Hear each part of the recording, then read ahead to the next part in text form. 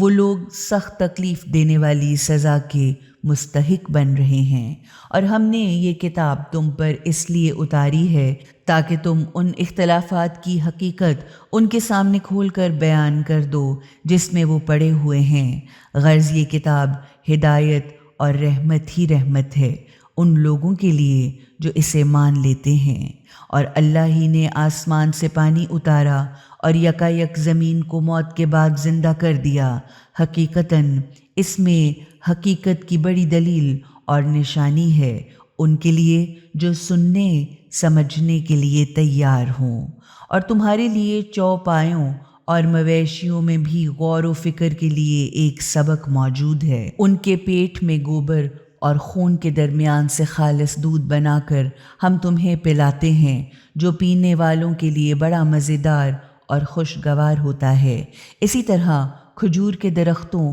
اور انگور سے بھی ہم تمہیں ایک چیز پلاتے ہیں جسے تم نشہ آور شراب بھی بنا لیتے ہو اور پاک رزق بھی۔ حقیقتاً اس میں بھی عقل سے کام لینے والوں کے لیے خدا کی قدرت اور حکمت کی نشانی موجود ہے۔ اور تمہارے پالنے والے مالک نے شہد کی مکھی کی طرف خفیہ طور پر اپنا حکم پہنچایا کہ تو پہاڑوں، درختوں اور ان بیلوں میں جنہیں لوگ اونچا کرتے ہیں اپنے گھر بنا، پھر ہر طرح کے پھولوں کا رس چوس اور اپنے پالنے والے مالک کے بتائے ہوئے راستوں یعنی انہی طریقوں پر جو آسان ہیں چلتی رہ۔ اس مکھی کے پیٹ سے مختلف رنگوں کا ایک شربت نکلتا ہے جس میں لوگوں کے لیے شفا ہے۔ حقیقتاً اس میں بھی ایک حق کی نشانی اور دلیل ہے ان لوگوں کے لیے جو غور و فکر کرتے ہیں۔ دیکھو،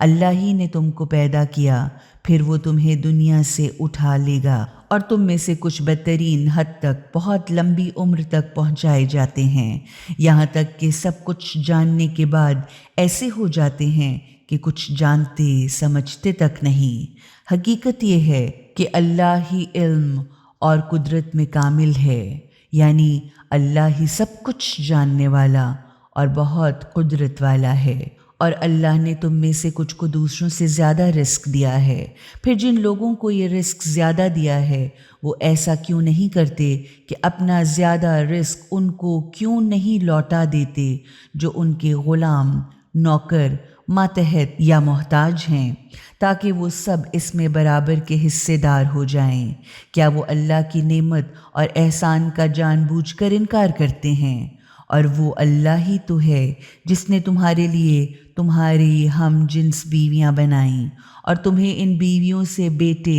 پوتے عطا کیے اور اچھی اچھی چیزیں تمہیں کھانے کو دیں، تو کیا یہ سب کچھ جان کر بھی یہ لوگ باطل کو تو مانتے رہیں گے اور اللہ کی نعمتوں اور احسانات کا انکار کرتے رہیں گے، اور اللہ کو چھوڑ کر ایسے بت کو پوجتے رہیں گے جو نہ تو آسمانوں سے کچھ رزق ان کو دے سکتا ہے اور نہ ہی زمین سے، اور نہ یہ کام وہ لوگ خود کر سکتے ہیں۔ تو اللہ کے لیے مثالیں نہ گھڑو، کیونکہ یہ حقیقت ہے کہ اللہ تو سب کچھ جانتا ہے مگر تم نہیں جانتے۔ اب اللہ ایک مثال دیتا ہے کہ ایک تو غلام ہے جو کسی کی ملکیت ہے اور خود کوئی اختیار بھی نہیں رکھتا، اور دوسرا وہ ہے جسے ہم نے اپنے پاس سے اچھی روزی عطا کی ہے تو وہ اس میں سے کھلے چھپے خوب خیرات بھی کرتا ہے۔ کیا وہ سب برابر ہیں؟ شکر اور تمام تعریفیں اللہ کی، مگر اکثر لوگ اس حقیقت کو نہیں مانتے۔ اور اللہ ایک اور مثال پیش کرتا ہے، دو آدمی ہیں جن میں سے ایک گونگا بہرا ہے، کسی کام پر قدرت ہی نہیں رکھتا، اپنے مالک پر بوجھ ہے، جدھر اس کا مالک اسے بھیجتا ہے تو اس کے ہاتھ سے کوئی اچھا نتیجہ یا کوئی فائدہ حاصل نہیں ہوتا، تو کیا برابر ہے وہ اور وہ آدمی جو عدالت کا حکم دیتا ہے اور خود بھی سیدھے راستے پر چلتا ہے؟ اور زمین اور آسمان کی چھپی ہوئی حقیقتوں کا علم تو اللہ ہی کو ہے۔ رہا قیامت کا معاملہ تو اس کے برپا ہونے میں کوئی دیر نہ لگے گی، مگر بس اتنی سی دیر کہ پلک جھپک جائے یا اس سے بھی جلدی، اس لیے کہ حقیقتاً خدا ہر چیز پر قادر ہے، وہ سب کچھ کر سکتا ہے۔ اور اللہ نے تم کو تمہاری ماؤں کے پیٹ سے ایسی حالت میں نکالا کہ تم کچھ بھی تو نہ جانتے تھے، اور اس نے تمہارے لیے کان، آنکھیں اور دل جیسی عظیم نعمتیں عطا فرمائیں تاکہ تم شکر ادا کرنے والے بنو۔ کیا انہوں نے پرندوں کو نہیں دیکھا کہ وہ کس طرح آسمان کی فضا میں قانون قدرت کے پابند رکھے گئے ہیں؟ اللہ کے سوا کون ان کو فضا کی بلندیوں میں تھامے اور روکے رکھتا ہے؟ حقیقتاً اس میں ان لوگوں کے لیے جو حق کو مانتے ہیں خدا کی قدرت اور حکمت کی بڑی دلیلیں اور نشانیاں ہیں۔ اللہ نے تمہارے لیے تمہارے گھروں کو سکون کی جگہ بنایا اور تمہارے لیے جانوروں کی کھالوں سے ایسے گھر بنائے کہ جو سفر اور قیام دونوں میں تمہیں ہلکے معلوم ہوتے ہیں، یعنی سفر میں وہ ہلکے ہیں اور قیام کرتے وقت ان کو کھول کر خیمہ بنا لینا آسان ہے، اور ان جانوروں کی صوف، اون اور بالوں سے تمہارے لیے پہننے اور استعمال کرنے کی بہت سی چیزیں پیدا کی جو زندگی کی ایک مقررہ مدت تک تمہارے کام آتی ہیں، اور اللہ نے بہت سی ان چیزوں سے جو اس نے پیدا کی ہیں تمہارے لیے سائے بنائے، اور تمہارے لیے پہاڑوں میں چھپنے کی جگہیں اور پناہ گاہیں بنائیں، اور تمہارے لیے ایسے لباس بنائے جو تمہیں گرمی سے بچاتے ہیں، اور ایسے لباس بھی بنائے جو تمہارے آپس کے حملوں اور جنگوں میں تمہاری حفاظت کرتے ہیں۔ اس طرح خدا اپنی نعمت تم پر مکمل کرتا ہے تاکہ شاید تم اس کی اطاعت کرنے والے بن جاؤ۔ اب بھی اگر یہ لوگ منہ موڑتے ہیں تو آپ صلی اللہ علیہ وآلہ وسلم پر بھی صرف صاف صاف کھول کھول کر خدا کے پیغام کو پہنچا دینے یا بس صاف صاف تبلیغ کر دینے ہی کی ذمہ داری ہے، منوانے کی ذمہ داری نہیں۔ وہ اللہ کی نعمت اور احسان کو خوب جانتے پہچانتے ہیں، پھر اس کا انکار کرتے ہیں کیونکہ ان میں اکثر لوگ حق کو ماننے کے لیے تیار نہیں۔ اور قیامت کے دن جب ہم ہر امت یا ہر گروہ میں سے ایک ایک گروہ کھڑا کریں گے، پھر حق کے انکار کرنے والوں کو نہ تو بولنے کی اجازت دی جائے گی اور نہ معافی مانگنے کا مطالبہ کیا جائے گا، یا نہ انہیں خدا کو راضی کرنے کا کوئی موقع دیا جائے گا، کیونکہ جب ظالم لوگ خدا کے عذاب کو اپنی آنکھوں سے دیکھ لیں گے تو پھر ان کی سزا میں نہ تو کوئی کمی ہی کی جائے گی اور نہ انہیں ایک لمحہ کی مہلت دی جائے گی۔ اب جو خدا کے ساتھ دوسرے خداؤں کو شریک کرنے والے خدا کے ساتھ اپنے بنائے ہوئے شریکوں کی بری حالت کو دیکھیں گے تو کہیں گے، اے ہمارے مالک، یہی ہیں ہمارے وہ بنائے ہوئے خدا کے شریک جنہیں ہم تجھے چھوڑ کر پکارا کرتے تھے۔ تو وہ ان کے بنائے ہوئے خدا انہیں صاف جواب دیں گے کہ تم جھوٹے ہو۔ اس وقت یہ سب کے سب اللہ کے سامنے جھک جائیں گے اور ان کی ساری غلط باتیں جو وہ گھڑا کرتے تھے ان کے پاس سے غائب ہو جائیں گی۔ غرض جنہوں نے حق کا انکار کیا اور لوگوں کو اللہ کے راستے پر چلنے سے روکا، ان کو تو ہم سزا پر سزا دیں گے اس فساد اور خرابی کے بدلے میں جو وہ دنیا میں کیا کرتے تھے۔ جب ہم ہر گروہ اور ہر امت میں خود اسی کے اندر سے ایک گواہ اٹھا کر کھڑا کریں گے جو ان کے اس گروہ کے مقابلے پر گواہی دے گا، اور آپ صلی اللہ علیہ وآلہ وسلم کو ان سب گواہوں کے اوپر گواہ بنا کر لائیں گے، اور اسی گواہی کے لیے ہم نے آپ صلی اللہ علیہ وآلہ وسلم پر یہ کتاب اتاری ہے جو ہر چیز کی صاف صاف وضاحت کرنے والی بھی ہے اور ہدایت، رحمت اور بشارت بھی ہے ان لوگوں کے لیے جو حق کے سامنے سر جھکا دینے والے ہیں۔ حقیقتاً خدا عدالت، حسن سلوک یعنی احسان کرنے اور رشتہ داروں کو ان کا حق دینے کا حکم دیتا ہے، اور بے شرمی، برائی اور ظلم و زیادتی سے روکتا ہے۔ وہ تمہیں نصیحت کرتا ہے تاکہ تم سبق لو یا اس کا اثر قبول کرو، لہٰذا اللہ کے عہد کو پورا کرو جب کہ تم نے اس سے عہد کر لیا ہو، اور اپنی قسموں کو مضبوط اور پکا کر لینے کے بعد نہ توڑ ڈالو، جبکہ تم خدا کو اپنے اوپر گواہ اور ضمانتی تک بنا چکے ہو۔ یقین جانو کہ خدا ان تمام کاموں کو خوب جانتا ہے جو تم کرتے رہتے ہو۔ تمہاری حالت اس عورت جیسی تو نہ ہو جائے جس نے اپنے ہی کاتے ہوئے سوت کو مضبوط بنانے کے بعد خود ہی ٹکڑے ٹکڑے کر ڈالا۔ اس طرح تم بھی اپنی قسموں کو توڑ توڑ کر اپنے درمیان خرابی اور مکر و فریب کا ذریعہ بنانے لگو، تاکہ کچھ لوگوں سے بڑھ چڑھ کر فائدے حاصل کرنے لگیں، حالانکہ ان قسموں ہی کے ذریعے تو خدا تمہارا امتحان لیتا ہے، اور قیامت کے دن وہ تمہارے لیے ان تمام باتوں کی حقیقت کو پوری طرح ظاہر کر دے گا جس میں تم ایک دوسرے سے اختلاف کرتے تھے۔ اور اگر اللہ چاہتا تو سب کے سب کو ایک ہی امت یا ایک ہی دین پر بنا دیتا، لیکن وہ جسے چاہتا ہے اسے گمراہی میں چھوڑ دیتا ہے، اور جسے چاہتا ہے سیدھے راستے کی ہدایت کرتا ہے۔ اور لازمی طور پر تم سے ان کاموں کے بارے میں پوچھا جائے گا جو تم دنیا میں کیا کرتے تھے۔ معلوم ہوا کہ خدا کا ہدایت فرمانا یا گمراہی میں چھوڑ دینا خود ہمارے ہی اعمال پر منحصر ہوتا ہے، اور تم اپنی قسموں کو آپس میں ایک دوسرے کو دھوکہ دینے کا ذریعہ نہ بناؤ۔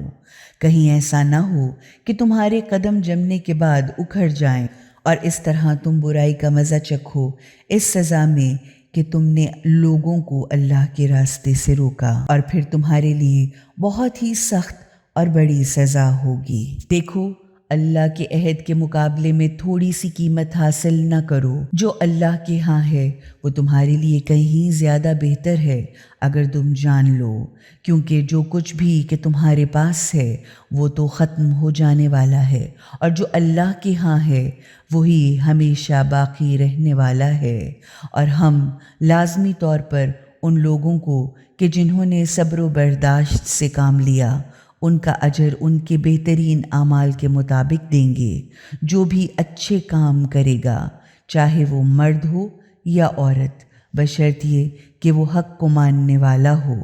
اسے تو ہم دنیا میں پاک و پاکیزہ زندگی عطا کریں گے، اور آخرت میں تو ہم ان کا اجر ان کے بہترین کاموں کے مطابق عطا کریں گے۔ اور جب تم قرآن پڑھنے لگو تو خدا سے اس شیطان کے شر سے بچنے کے لیے پناہ مانگو جو خدا کی بارگاہ سے دھتکارا اور نکالا ہوا ہے۔ اس طرح بلا شبہ اس کو ان لوگوں پر کوئی قابو حاصل نہیں ہوتا جو حق کو مانتے ہیں اور اپنے پالنے والے مالک پر بھروسہ کرتے ہیں۔ اس کا زور تو بس انہی لوگوں پر چلتا ہے جو اسے دوست رکھتے ہیں اور جو اس کے ساتھ شرک اختیار کیے ہوئے ہیں یا اس کے بہکانے پر شرک کرتے ہیں۔ اور جب ہم ایک آیت کو دوسری آیت کی جگہ بدل کر لے آتے ہیں، کیونکہ اللہ خوب جانتا ہے جو وہ اتارتا ہے، یا اللہ بہتر جانتا ہے کہ وہ اتارے اتارے، تو وہ لوگ کہتے ہیں کہ تم اس قرآن کو اپنے دل سے گھڑ لیتے ہو، بلکہ اصل بات یہ ہے کہ ان میں سے اکثر لوگ حقیقت کا علم ہی نہیں رکھتے۔ ان سے کہیے کہ اس قرآن کو روح القدس نے میرے پالنے والے مالک کی طرف سے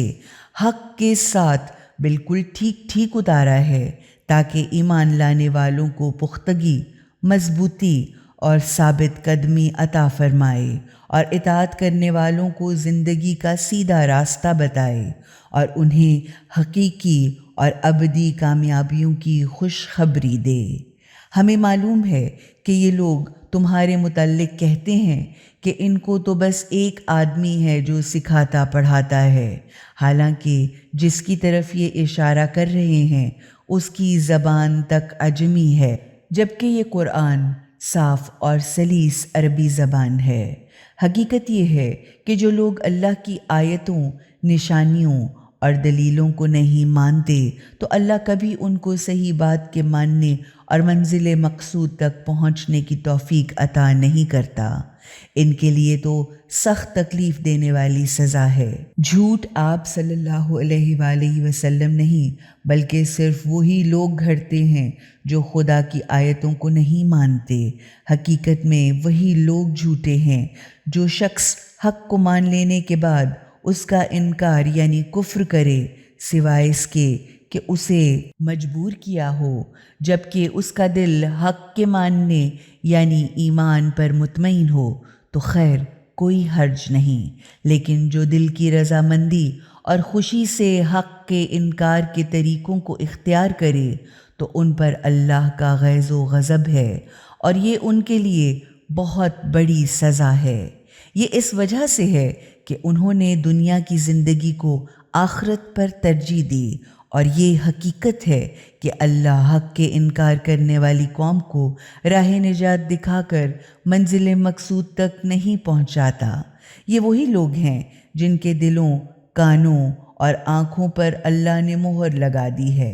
کیونکہ وہ غفلت اور بے پرواہی میں مدہوش ہو چکے ہیں۔ بے شک لازمی طور پر وہ لوگ آخرت میں سخت نقصان میں رہیں گے۔ اس کے برخلاف تمہارا پالنے والا مالک ان لوگوں کے لیے جنہوں نے تکلیفیں پہنچائی جانے کے بعد ہجرت کی، پھر حق کے لیے بھرپور کوشش اور جہاد کیا اور ان تمام مشکلات پر صبر کیا، تو ان سب باتوں کے بعد یقینی طور پر تمہارا پالنے والا مالک ان کو اپنی رحمت سے ڈھک لینے والا یا بڑا معاف کرنے والا اور مسلسل بے حد رحم کرنے والا ہے۔ ان سب کا فیصلہ تو اس دن ہوگا جب ہر شخص خود اپنی طرف سے لڑتا ہوا آئے گا اور ہر شخص کو اس کے کیے کا پورا بدلہ دیا جائے گا، اور ان پر ذرا سا بھی ظلم یا زیادتی نہیں کی جائے گی۔ اور اللہ ایک بستی کی مثال پیش کرتا ہے جو امن و اطمینان کی زندگی بسر کر رہی تھی، ہر طرف سے اس کی روزی اس کے پاس خوب فراغت کے ساتھ آ رہی تھی، مگر اس نے اللہ کی نعمتوں کے ساتھ ناشکرے پن سے کام لیا، یا اس نے اللہ کی نعمتوں کے انکار اور ناشکری کا طریقہ اختیار کر لیا، تب اللہ نے اس بستی کو بھوک، خوف اور دہشت کے غلبے کا مزہ چکھایا اس ناشکری کی سزا میں جو وہ کیا کرتے تھے، جبکہ ان کے پاس انہی کی قوم میں سے ایک رسول آیا مگر انہوں نے اسے جھٹلایا، تو آخرکار خدائی عذاب نے انہیں آن پکڑا اس حالت میں کہ وہ ظالم ہو چکے تھے۔ پس اے لوگو، اللہ نے جو تمہیں پاک و حلال روزی دی ہے اسے کھاؤ پیو اور اللہ کی نعمت اور احسان کا شکر ادا کرو، اگر تم صرف اسی کی بندگی کرنے والے ہو۔ خدا نے تو تم پر مردار، خون اور سور کے گوشت کو اور اسے جسے اللہ کے سوا کسی اور کا نام لے کر ذبح کیا گیا ہو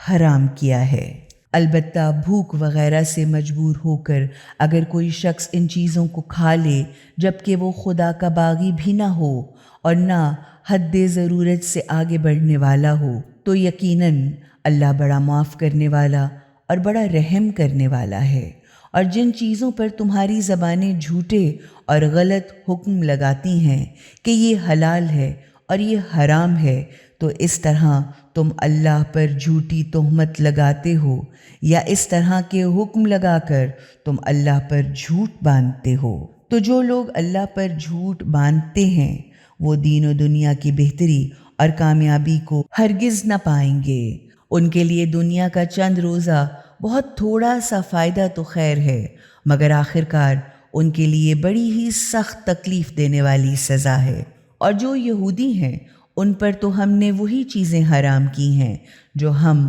آپ صلی اللہ علیہ وآلہ وسلم کے سامنے پہلے ہی بیان کر چکے ہیں، اور ہم نے ان پر کوئی ظلم نہیں کیا تھا، لیکن وہ لوگ خود اپنے اوپر ظلم کرتے رہے تھے۔ البتہ جن لوگوں نے نادانی میں بغیر جانے بوجھے کوئی برا کام کر لیا اور پھر توبہ کر کے اپنا عمل ٹھیک کر لیں، تو یقیناً تمہارا پالنے والا مالک اس کے بعد ضرور بالضرور بہت معاف کرنے والا اور بڑا رحم کرنے والا ہے۔ حقیقت یہ ہے کہ ابراہیم علیہ السلام اپنی ذات میں خود ایک پوری امت تھے، وہ خالص اللہ کی اطاعت کرنے والے، اسی سے لو لگائے رکھنے والے، غلط راستوں سے ہٹ کر صرف اللہ ہی کی طرف ہو جانے والے تھے۔ وہ کبھی مشرک نہ تھے، اللہ کی نعمتوں کا شکر ادا کرنے والے تھے۔ اللہ ہی نے تو ان کو منتخب کیا اور انہیں سیدھے راستے پر لگایا، اور ہم نے ہی انہیں دنیا میں بھی بھلائی دی اور آخرت میں تو وہ صالحین میں سے ہوں گے۔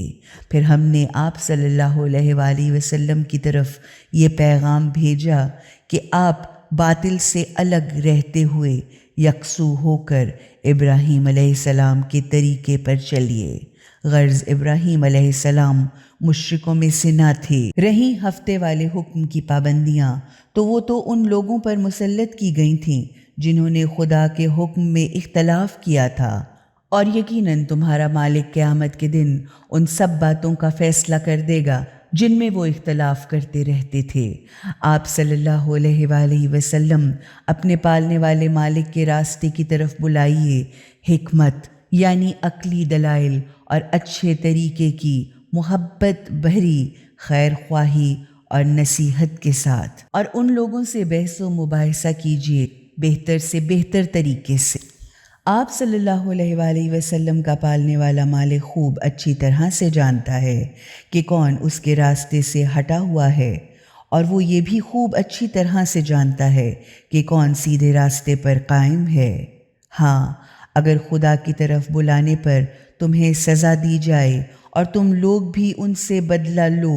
تو بس صرف اسی قدر سزا دینا جتنی اور جیسی سزا تمہیں دی گئی تھی، اور اگر تم صبر کر لو تو یقیناً یہ بات صبر کرنے والوں کے حق میں بہت اچھی ہے۔ آپ صلی اللہ علیہ وآلہ وسلم تو صبر ہی سے کام لیجئے۔ آپ کا یہ صبر کرنا بھی خدا ہی کی مدد اور توفیق سے ہے، اور ان لوگوں کی حرکتوں پر رنج نہ فرمائیں، اور نہ ان کی چال بازیوں، مکاریوں اور ترکیبوں سے دل تنگ ہوں، کیونکہ یہ حقیقت ہے کہ اللہ ان لوگوں ہی کے ساتھ ہے جو غلط کاموں سے بچتے ہیں اور اچھے کردار یعنی نیک رویے اور حسن سلوک پر قائم رہتے ہیں۔